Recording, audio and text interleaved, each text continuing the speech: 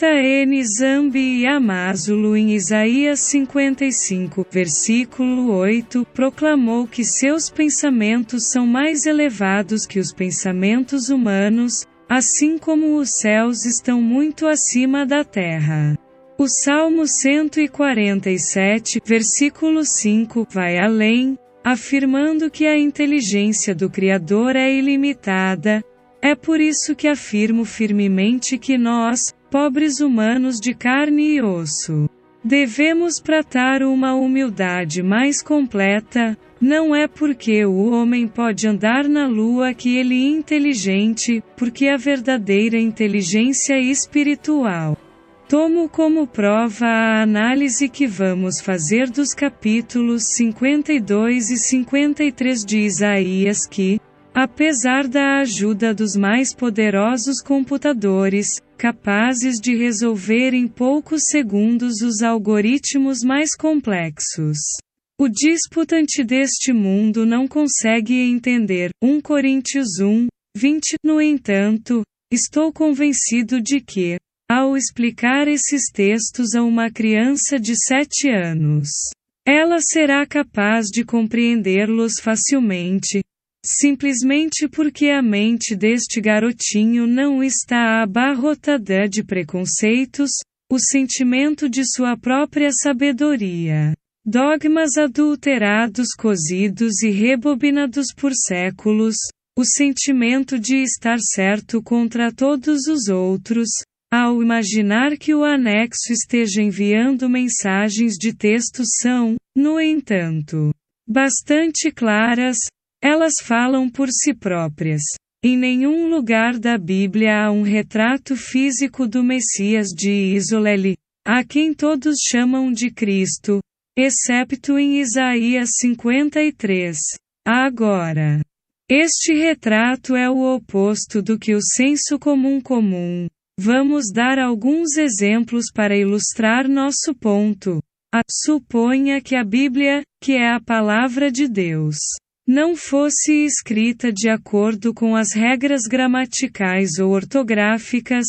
No afirmativo, quem acreditaria que é sagrada? Ninguém.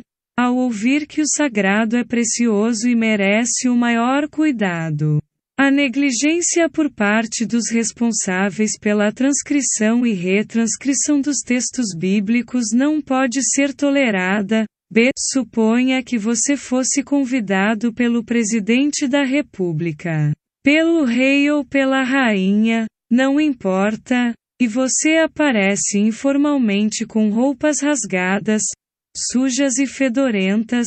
É uma aposta que você seria rejeitado bem na entrada do palácio. C. Suponha que você chegue primeiro a uma igreja e descubra que o pastor que preside o serviço tem cabelo despenteado, usa um anel conectando suas duas narinas, uma camisa aberta sobre o peito coberto de pelos do corpo, jeans com buracos nos joelhos e chinelos rasgados nos pés. Você levaria este pastor e a igreja que ele lidera a serial? Certamente não. D. Uma simples. Supongamos que estás no restaurante, assiste o pedido y encuentras que os cobertos que o camareiro está estendendo sobre a mesa não têm sido lavados, nem se rensecado. Comerias a comida servida? Claro que não. Com base nas comparações acima, vamos dar uma olhada em Isaías 52. Eis que meu servo prosperará, ela vai sofrer viola. Embora fosse motivo de medo para muitos, seu rosto era tão desfigurado, tão diferente era sua aparência da dos filhos dos homens. Da mesma forma, será uma alegria para muitos povos. Deusa dos reis fecharão a boca, porque verão o que não lhes desfé. Eles aprenderão o que não ouviram. Não há dúvida sobre a identidade desse servo de rosto ingrato. Na verdade, perante quem os grandes deste mundo, aqui simbolizados pelo termo rei, calaram a boca, antes do Messias de Israel. É claro, em outras palavras, antes de Cristo, o Rei dos Reis. O único problema, e é significativo, é que o retrato do Messias com o rosto desfigurado não corresponde em nada ao chamado Jesus de Nazaré. Agora vamos pegar Isaías 53. Quem poderia acreditar no que acabamos de aprender? A obra-prima de Yahvé, com quem ele havia falado, cresceu diante dele como um rebento, como uma raiz em uma terra árida, sem brilho ou beleza para chamar nossa atenção, e sua aparência não nos seduziu. Ele foi desprezado, rejeitado pelos homens, um homem de dor marcado pelo sofrimento, aquele que esconde o rosto. Não era nada e nós o negligenciamos. People's Bible Translation, 1998, BDP. Este texto não pode ser separado de Isaías 52 local acima. Este homem sem brilho e sem beleza, cuja não é feita para seduzir. Desprezado, rejeitado, como de quem esconde o rosto, este homem negligenciado por todos é independente do Messias de Israel. No entanto, uma mesma observação se aplica aqui. Este retrato não corresponde em nada a Jesus de Nazaré, o leão de Judá. Como prova disso, nenhum artista retratou Cristo com as características ingratas que essas duas passagens descreverem. E eles estão certos. Como poderia o único ser humano nascido da união do céu e da terra e cuja mãe, de perfeita beleza, fé coberta pela sombra do Altíssimo, não ser ele mesmo de impecável beleza? Jesus da Nazaré é assimilado, na verdade, se o Cordeiro de Deus há 2000 anos teria sido desfigurado, sem atrativos, sem beleza, teria sido como essa Bíblia desleixada cheia de erros de grafia. Esse vagabundo aparecendo no palácio presidencial, esse pastor diz a Linherejus, esses talheres sujos, inadmissível.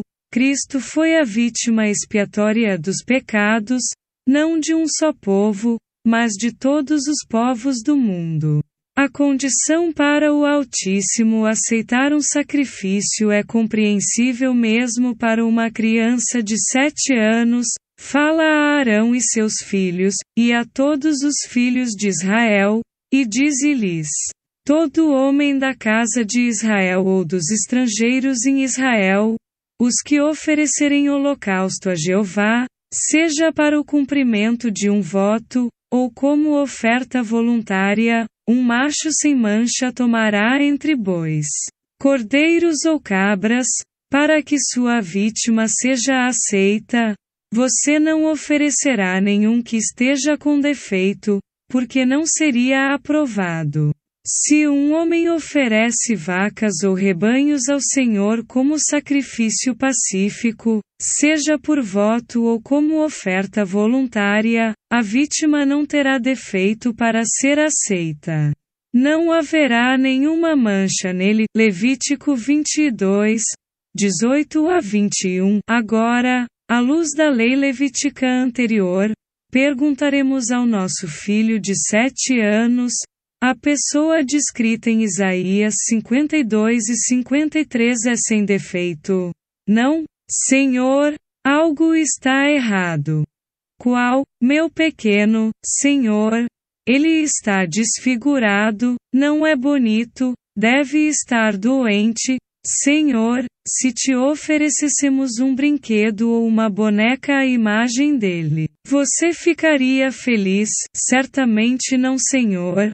Eu escolheria outro presente, mais lindo. Portanto, minha pergunta é: por que o Altíssimo, o Criador Todo-Poderoso, o Mestre do Universo, aceitaria uma oferta que um menino ou menina de 7 anos se recusaria a receber. Os dois textos de referência dos capítulos 52 e 53 de Isaías constituem um enigma. Porque se esses textos não aludem a Jesus de Nazaré, quem é esse personagem misterioso? A resposta é muito simples. Na verdade, é o mesmo Cristo, mas em um tempo e contexto diferentes. 3 pistas nos levam a esta conclusão. O Messias é descrito como desfigurado, e não venham a dizer que ele ficou desfigurado durante o suplício da cruz. Porque o profeta Isaías insiste que sua aparência era diferente da dos filhos dos homens. Dedução: isto não é o resultado de um incidente específico. Neste caso, a coroa de espinhos na cabeça como ditado pela tradição cristã, mas sua aparência natural, isso explica a falta de beleza destacada por Isaías em seu capítulo 53. O Messias nasceu durante uma estação seca, em uma região árida e sedenta de água. O primeiro versículo do capítulo 53 é bem claro neste ponto. Ele cresceu diante dele como uma semente, como uma raiz que sai da terra seca. Agora, 2000 anos atrás, os pastores que foram as testemunhas privilegiadas do nascimento do menino Jesus estavam a guardar seu rebanho de ovelhas no campo, Lucas 2:8, o que implica que não havia seca nesta região. Se nós o desprezamos porque sua aparência não nos atrai, sugere que ele aparece dentro de uma raça acostumada ao desprezo. Uma raça cuja aparência não é atraente segundo os critérios do orgulho carnal deste mundo, a raça negra. Nenhuma outra comunidade humana está acostumada a sofrer como os negros em geral e os africanos em particular. Pense no seguinte: por que o profeta insistiu para que nós participássemos dessa história? O nós, de facto, compromete o mundo inteiro, não apenas o povo judeu entre o qual apareceu o ungido do Altíssimo. Na verdade, este texto de Isaías 53 que descreve o Calvário do Messias aponta mais para o mundo cristão do que para o mundo judaico. Este último, de facto, rejeita vigorosamente o credo cristão do Messias vítima expiatória dos pecados do mundo. Portanto, a palavra nós é dirigida principalmente aos cristãos. Eles deveriam reconhecer facilmente em Jesus o caráter misterioso de Isaías 53. Portanto, nós, os cristãos, desprezamos nosso próprio Messias. Nós o ignoramos, neste ponto da nossa história. Vamos chamar o detetive mais famoso do mundo, Sherlock Holmes. Ele colocaria sua lupa na rota cronológica da história humana. Sua lendária intuição o levaria a deduzir que o tempo de referência aqui deve ser necessariamente um tempo em que o cristianismo conquistou os 4 pontos cardeais do mundo. Sherlock então colocaria sua lente de aumento em um versículo específico da Bíblia. Este é um versículo do Evangelho de Mateus. Aqui está. Estas boas novas do reino serão pregadas em todo o mundo como um testemunho a todas as nações. Então virá o fim. Mateus 0:8 com 7 estrelas brilhando em seus olhos. O detetive mais famoso do mundo gritaria para seu fiel companheiro, o Watson. O nós só pode envolver o mundo inteiro se a profecia de Isaías 53 se cumprir no fim dos tempos. De facto, quando o Evangelho for pregado em todo o mundo, outra pista menos óbvia de que estamos bem no final dos tempos é: Sua aparência não tinha nada para nos agradar. Mais uma vez, o nós envolve a humanidade como um todo. Isso implica que todos teriam a oportunidade de ver a aparição de Cristo e não gostariam muito da mesma. Mas como seria possível para as pessoas em todo o mundo ver essa aparência com seus próprios olhos, porque é inimaginável que o mundo inteiro viajasse para a Palestina para ver a referida aparência? Só tem uma explicação. Seria graças ao avanço da ciência por meio da fotografia, do imprensa, da televisão, do documentário. Estes nos permitiriam ver a aparência de alguém mesmo estando a milhares de quilômetros de nós. Portanto, nestes dias de tecnologia triunfante, Cristo voltou incógnito. Ele passou ainda mais despercebido ao usar como uma máscara um rosto completamente diferente daquele de 2000 anos atrás, que era cheio de graça e beleza.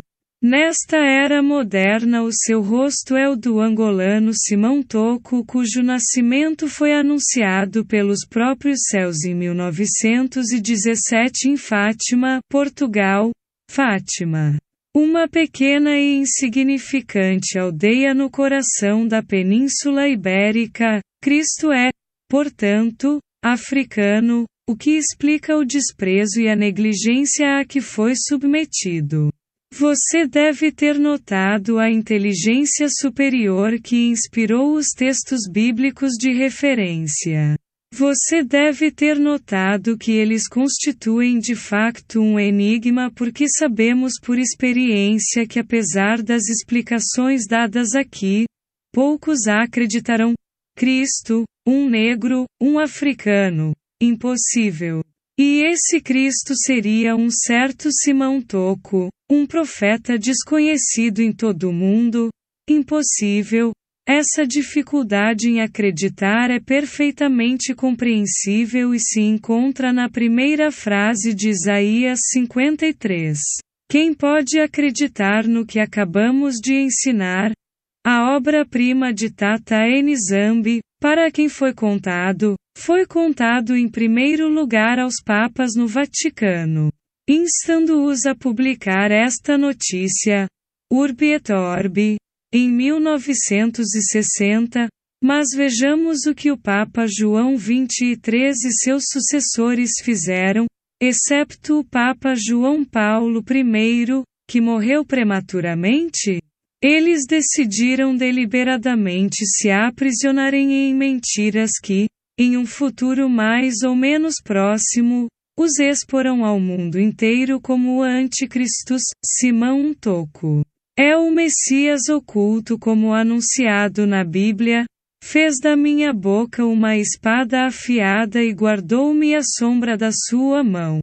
Fez-me uma flecha afiada que guardava escondida na sua aljava. Isaías 49. 2. Flecha afiada que o Altíssimo guardava escondida na sua aljava.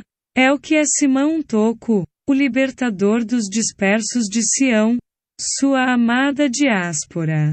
O tsunami está a chegar e nenhuma força do mundo pode detê-lo. Injetã, Pastor Melo. Seluê.